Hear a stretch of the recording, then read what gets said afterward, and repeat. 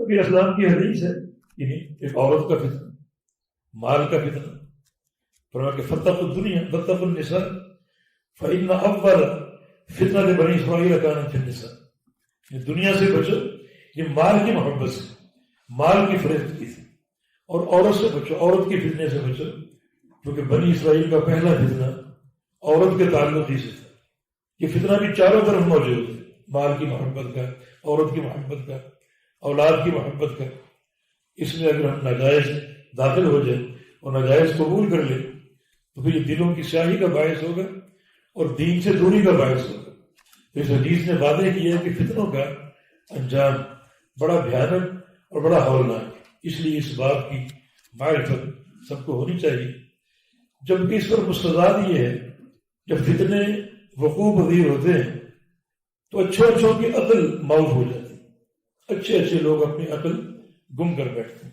صحیح مسلم میں ابو موسیٰ اشعری رضی اللہ عنہ کی روایت سے ایک حدیث ہے، جب نبی علیہ السلام نے ایام حرج کا ذکر کیا، قتل و غارت کری کے ایام، اور یہ ایک فتنہ بڑا ہولناک ہوگا، ابو موسیٰ اشعری نے پوچھا کہ یا رسول اللہ صلی اللہ علیہ وسلم، ہم ہر سال تقریباً 70,000 کفار کو قتل کرتے ہیں، کیونکہ ان دنوں اس سے زیادہ کفار قتل ہوں گے.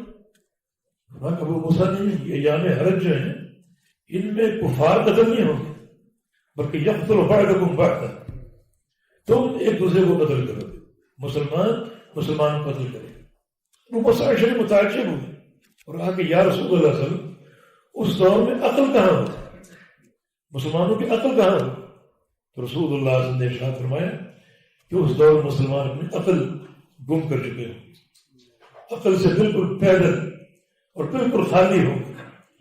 تبھی تو یہ قتل و غارت گری کا فتنہ جو کہ بڑا بھیانک ہے، تبھی تو یہ فتنہ جو ہے واقع ہوگا اور قائم ہوگا.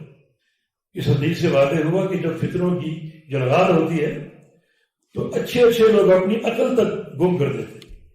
محدثین نے بات قائم کی، باب ذہاب العقل عند الفتن، یعنی فتنوں کے وقت عقل کا چلے جانا، عقل کا گم ہو جانا. دیکھیں نبی علیہ السلام کی وفات یہ بڑی آزمائش تھی امت کے لیے، اور امیر عمر جیسے انسان نے تلوار نکالی کہ جو یہ کہے کہ اللہ کے پیغمبر فوت ہو گئے اس کو قتل کر دو. یعنی بات ان کے ذہن سے نکل گئی کہ اللہ کے پیغمبر پر بھی موت واقع ہو سکتی. اور بعض صحابہ نے کہا ہم مان تو لیتے ہیں آپ فوت ہو گئے، لیکن ہم دوبارہ زندہ ہو کر آئیں گے، کچھ کام ابھی ہونے باقی ہیں اور وہ آپ ہی نہیں کرتے. تو اچھے لوگوں کی عقل جو ہے وہ وقتی طور پر معاف ہو جاتی ہے، جس کا معنی یہ کہ فتنہ اس بات کو اچھی طرح ہمیں تعارف اور معرفت ہونی چاہیے. اور چونکہ ہمارا تعلق ایک دعوتی میدان سے ہے تو ہم اپنے سامعین کو فتنوں سے لمحہ بلمحہ آگاہ کرتے رہیں.